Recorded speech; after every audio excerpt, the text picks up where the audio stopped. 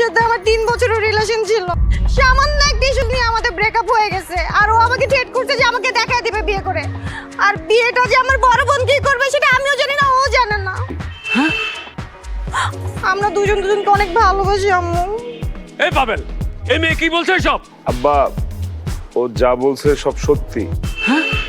আমরা আসলেই দুজনের ভালোবাসি। আর আমি, আপনি আমাকে ভালোবাসেন না? বাসি তো, আমি আপনারও ভালোবাসি, সত্যি ভালোবাসি। এই পাবেল, তাহলে এখন কি হবে? আমি পাবেলকে ছাড়া প্রীতি কাউকে বিয়ে করব না। আম্মু, আমি পাবেলকে না পেলে সুইসাইড করব। আব্বা, তাহলে এখন আমি কি করব? কি করবে মানে? তুমি আমার দুই মেয়েকে বিয়ে করতে হবে। কাজী সাহেব, বিয়ে পড়ান।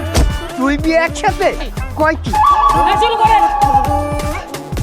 বস, পড়ান।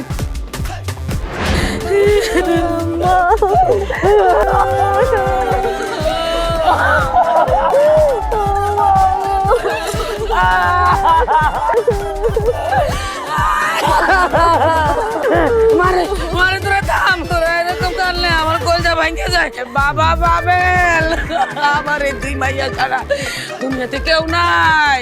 দুই মাইয়ার দায়িত্ব আমি তোমার হাতে দিয়ে দিলাম। তোমার তো বাবা চান গোপাল, মানুষে বিয়ে করতে একটা, তুমি তো দুইটা বউ বইয়া গেছো বাবা, তোমার চান গোপাল। এমন একটা অঘটন ঘটায় ফেলাইলাম আম্মা। তবে কাম একটা করছি, ডাবল বিয়ে করে ফেলাইলাম। আমি বলে দিতেছি, আজকের পর থেকে আমার জীবনে যা ঘটবে সব ডাবল ঘটবে। ঠিক, তুমি ঠিক কইছো বাবা।